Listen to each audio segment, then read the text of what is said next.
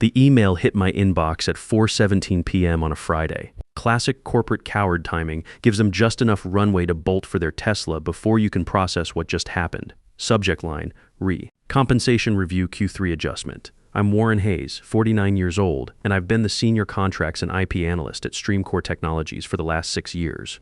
That means I'm the guy who reads the 400-page documents that the MBA boys sign without looking. I'm the one making sure we don't accidentally sell our source code to some shell company in the Caymans. Think of me as the firewall between our executives and financial suicide.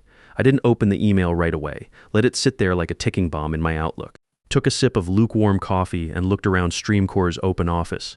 Sales team celebrating some deal with high fives. Marketing interns filming TikTok videos about hustle culture. Whole place smelled like overpriced coffee and desperation. Finally clicked it. Hi Warren, thanks for your patience on the compensation adjustment request. We've reviewed your performance metrics, which remain excellent. However, due to current reallocation of Q3 liquidity into strategic acquisition channels, your raise got lost in legal approvals. We simply don't have the authorization pathway to push it through this cycle. Let's revisit next quarter. Best, Travis Wheeler, HR business partner, got lost in legal. I adjusted my collar Old Navy habit when I need to think clearly and stared at that phrase. It was almost insulting in its laziness. I'm legal. Well, at least the backbone of it. Our general counsel, Gareth Mills, spends most his time on the golf course asking me how to convert PDFs. This was the third year running. 2021, pandemic uncertainty. 2022, market volatility. 2023, got lost in legal. Meanwhile, Travis had just approved a $25,000 retention bonus for some junior developer who'd crashed our production server twice. I knew because I processed the paperwork. I didn't scream or type a furious reply. Instead, something cold and methodical clicked into place. Time to run diagnostics on this company's network architecture. They thought I was just office furniture. A reliable workstation that processes contracts and never complains. They figured because I didn't wear Patagonia vests or shout, "Let's go," when closing tickets, I had no leverage. They were wrong. I looked at that sales team again, still celebrating. The Vanguard account, our crown jewel, an $80 million defense logistics partnership over 5 years. The deal that was going to make StreamCore a unicorn, the contract that paid for our CEO's glass office, it was also a contract I'd written. Not the glossy pitch deck or the handshake ceremony. I wrote the actual legal framework. The master service agreement, the IP protection schedules, the 67-page addendum on performance royalties. I remembered that addendum clearly, wrote it back in 2019 when we were cash poor and desperate. Vanguard wanted equity up front, but we couldn't afford it. So I crafted this performance-based royalty trigger, complex stuff buried in legal language that would make your eyes bleed. Stood up, knees popping, reminder that I'm not 25 anymore. Walked past the ping pong table where some account exec was banking shots. "Hey Warren, smile, it's Friday." Gave him a thin smile. "Have a great weekend, Josh." Walked to our secure file room. Most documents are digital now, but original contracts with wet signatures live in the fireproof safe. I had the combination.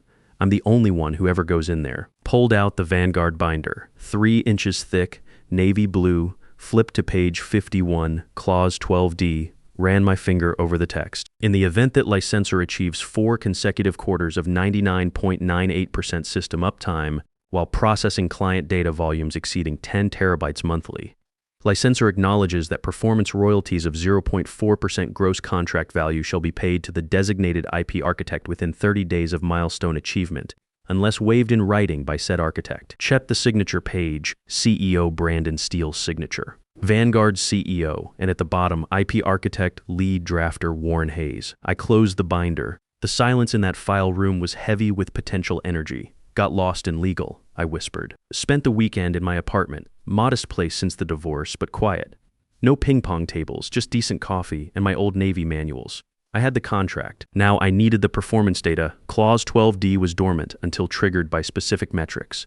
If we sucked, the clause meant nothing. If we performed exceptionally well, it woke up and demanded payment. Logged into our admin dashboard. My access level is basically root. CTO gave me full warehouse access 5 years ago and probably forgot. Pulled the uptime reports for 2023, Q1 99.991%, Q2 99.995%, Q3 99.988%, Q4 99.992%. All 4 quarters above the 99.98% threshold. Data volume 15 TB, 18 TB, 22 TB, 25 TB monthly averages. way over the 10 TB requirement. I sat back, monitor light reflecting off my glasses. The math was simple, but the implications were staggering. 0.4% of $80 million. That's 320,000 base royalty, plus late payment penalties, plus accrued interest over 18 months. We were looking at around $415,000 total. But it wasn't just the money, it was the structure. I'd written Clause 12D as a poison pill back when we were vulnerable to acquisition attempts. It was designed to make our IP expensive if someone tried to steal it. In their arrogance, the current executive team, most hired after I wrote this contract, had never bothered auditing our legacy agreements. Sunday evening, I sat on my small balcony with a beer, watching California traffic flow past. Thought about Travis and his got lost in legal email. He'd tried to save maybe $15,000 by denying my raise. Instead, he'd forced me to audit my own contractual worth. I didn't call a lawyer yet. First, I called someone who'd appreciate the technical elegance of this situation, the opposing counsel. Roland Pierce answered on the second ring. General counsel for Vanguard Defense, former Navy J, guy who'd negotiated contracts for defense contractors that make StreamCorps look like a lemonade stand. Warren. His voice was gravel and expensive whiskey. Sunday night, either your servers are down or you're calling in a favor. Neither, Roland. I'm doing some system maintenance reviewing that MSA we executed back in 2019. Specifically, the performance addendum. Long pause. I could hear him shifting in his leather chair. Clause 12D, he knew, of course he knew. Good lawyers flag dangerous clauses for their clients. He'd probably laughed when we signed it, knowing it could bite us later. Clause 12D, I confirmed, seems my company overlooked the notification requirements. The milestones were met and they haven't paid you. Roland's voice dropped an octave. Not pity, predatory interest, not a dime. In fact, just got denied a cost of living adjustment. Roland laughed, a dry sound like paper shredding. Warren, that's extremely negligent of them. If they're in breach of payment terms to the IP architect, that compromises our vendor compliance standards. Technically, StreamCorps is operating our systems without valid licensing right now. Technically, I agreed. Thought you should know before anything gets filed. Lunch? Tomorrow. That place downtown with the terrible lighting but excellent steaks. Monday arrived with its usual caffeine-fueled chaos. Marketing arguing about font choices, sales ringing cowbells for $500 subscriptions. Then Gareth Mills called me into his office at 9:30. Warren, Vanguard sent some formal complaint about an IP audit. Clause 12D sounds like legacy contract nonsense. Can you draft a standard compliance response? Don't spend too much time on it. I need you focused on the merger due diligence. I stared at him. He was asking me to investigate my own unpaid royalties. Sure thing, Gareth. I'll pull the original files and cross-reference with our performance logs. Might take a few days to verify specific language. Take your time, he replied, already turning back to his phone. Take my time. I wasn't taking my time. I was running down the clock. Roland's audit request demanded response within 72 hours. Missed that deadline, and Vanguard reserved the right to suspend payments pending investigation. Tuesday and Wednesday passed in surreal normalcy. Sat in meetings where Brandon Steele talked about our record-breaking uptime. We're unstoppable. He cheered, fist-pumping at his own slides. Vanguard is thrilled with our performance. They were thrilled with the performance. Less thrilled that we were stealing from the architect of that performance. Thursday, 5 p.m., the deadline passed. I didn't send the compliance letter. Technically, I was waiting for executive sign-off on my draft, which I hadn't written. Friday morning, emergency all-hands meeting. Mandatory attendance. Conference room A. We gathered in our glass-walled disruption chamber, uncomfortable chairs, $20,000 espresso machine humming in the corner. Chase Whitfield, our CFO, stood at the head of the table looking like he'd seen a ghost. Okay, team, Chase said, voice shaky.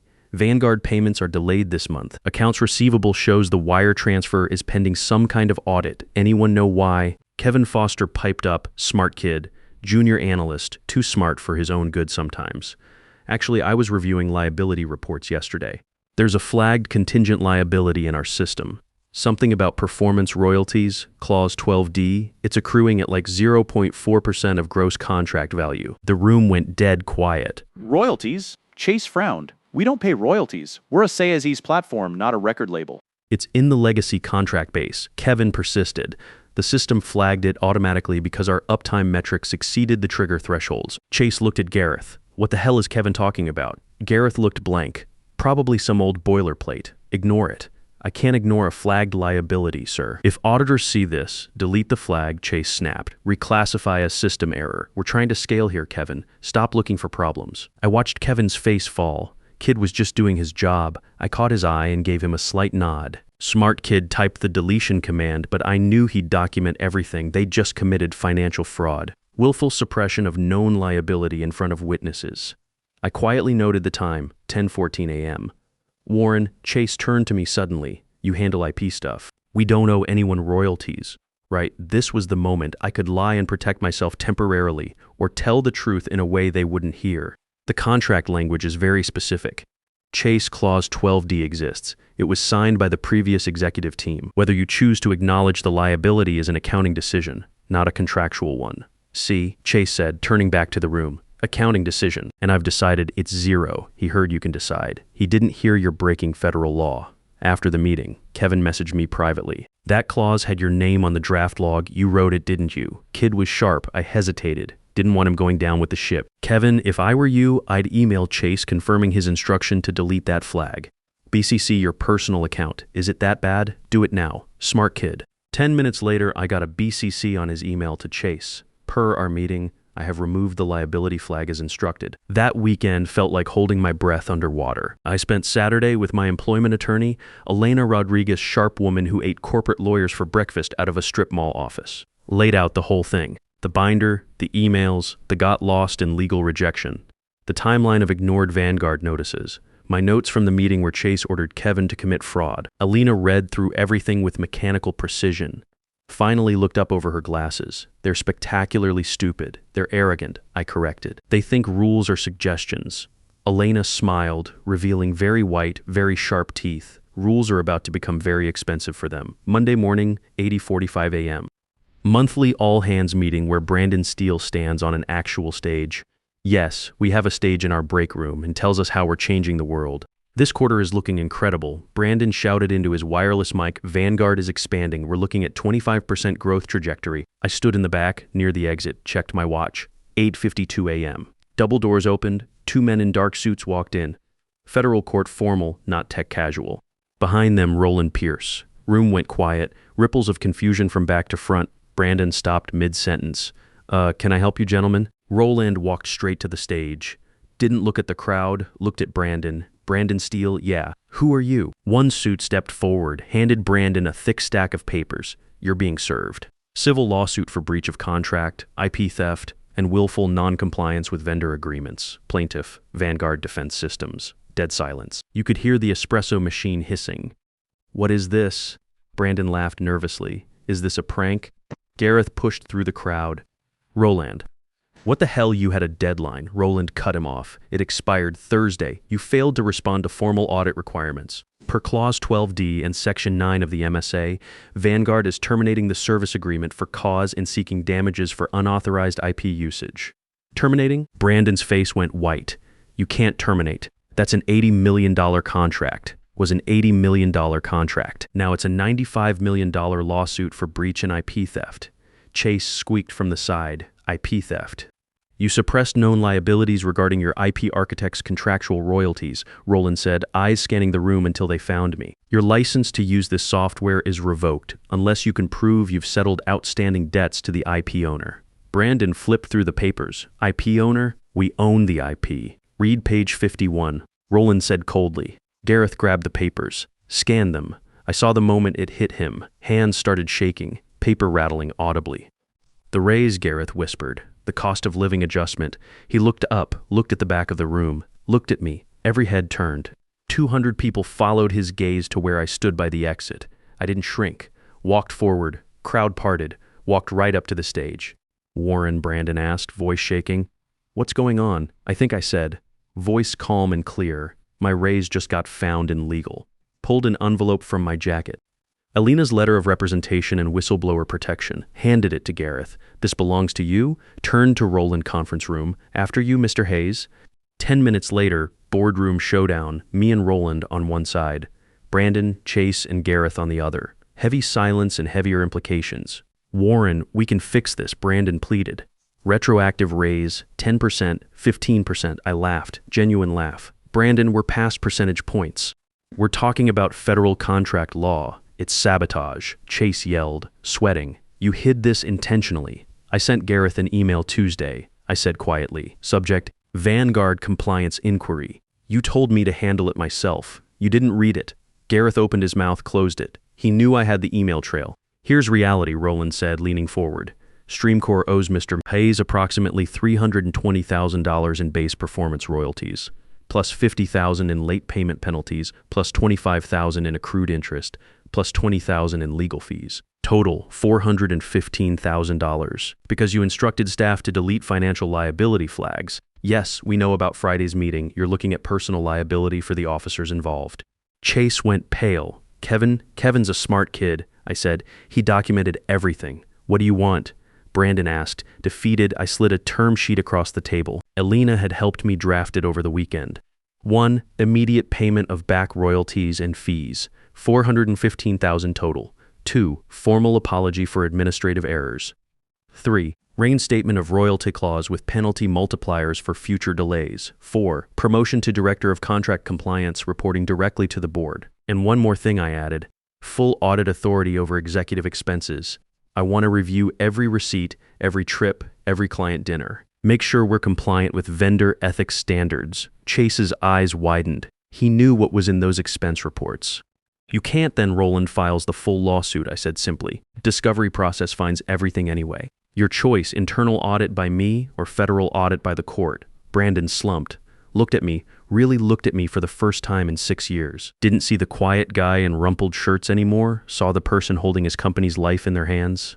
Fine, will sign. The wire transfer hit my account Wednesday, $415,000. I stared at the number on my banking app, looked like a phone number, looked like freedom, but money was just the beginning. Real payment was the fear. Changes started immediately. Brandon stepped back to advisory role. Board forced him out after they heard about the near miss. Chase decided to pursue other opportunities after my first expense audit turned up some interesting consulting fees paid to his brother-in-law.